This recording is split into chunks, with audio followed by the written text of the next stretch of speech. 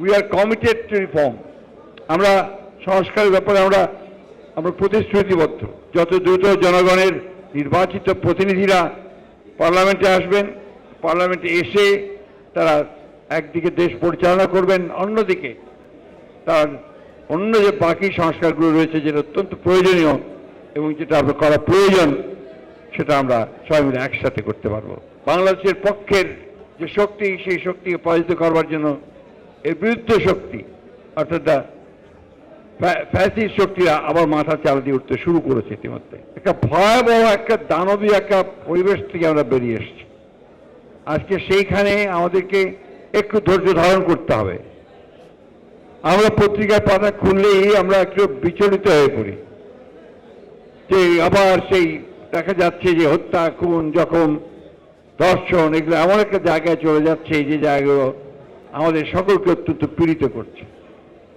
অন্যদিকে আমরা দেখছি যে ইয়াং জেনারেশন, বিশেষ করে ছাত্ররা, তারা অসহিষ্ণু হয়ে উঠছে। আবার দেখছি আপনার যে বিভিন্ন যে প্রতিষ্ঠানগুলো আছে, অর্গানাইজেশন আছে, তাদের কর্মীরা তারাও তাদের দাবি দাওয়া নিয়ে রাস্তায় বেরিয়ে আসছে।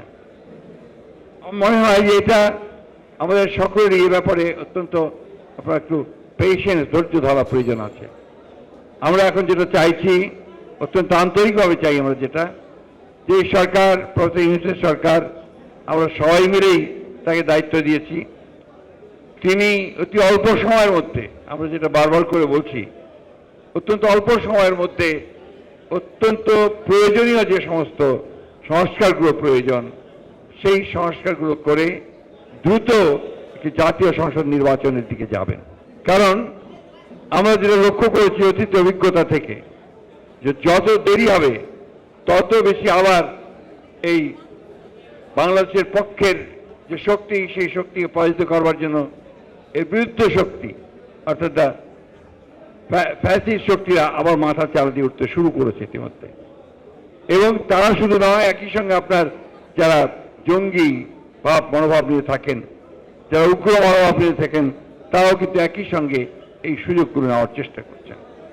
আজকে তাই আমরা মনে করি যে যত দ্রুত নির্বাচন হবে, যত দ্রুত জনগণের নির্বাচিত প্রতিনিধিরা পার্লামেন্টে আসবেন, পার্লামেন্টে এসে তারা একদিকে দেশ পরিচালনা করবেন, অন্যদিকে তার অন্য যে বাকি সংস্কারগুলো রয়েছে যেটা অত্যন্ত প্রয়োজনীয় এবং যেটা আমরা করা প্রয়োজন, সেটা আমরা সবাই মিলে একসাথে করতে পারবো। এগিয়ে চলুন জোরসে, আমার হচ্ছে লুঙ্গি, রপ্তানিতে শীর্ষে বিশ্বমানের লুঙ্গি। আমরা বাংলাদেশ জাতীয়তাবাদী দলের পক্ষ থেকে এটুকু বলতে পারি, we are committed two reform. আমরা সংস্কারের ব্যাপারে আমরা প্রতিশ্রুতিবদ্ধ। আমরা 31 দফা দাবি 2 বছর আগে দিয়েছি, যখন এই সংস্কারের কথা কেউ ভাবেনি। এবং সেই সংস্কারগুলোর সঙ্গে আজকে যে প্রস্তাবগুলো উঠে আসছে, সেই প্রস্তাবগুলো খুব একটা পার্থক্য দেখা যাচ্ছে না। সেই জন্যে মনে করি যে যত দ্রুত সম্ভব নির্বাচনের ব্যবস্থা করা উচিত এবং নির্বাচিত সরকারের হাতে দায়িত্ব দিয়ে দেশে একটা স্টেবিলিটি, স্থিতিশীলতা রক্ষা করার ব্যবস্থা করা উচিত।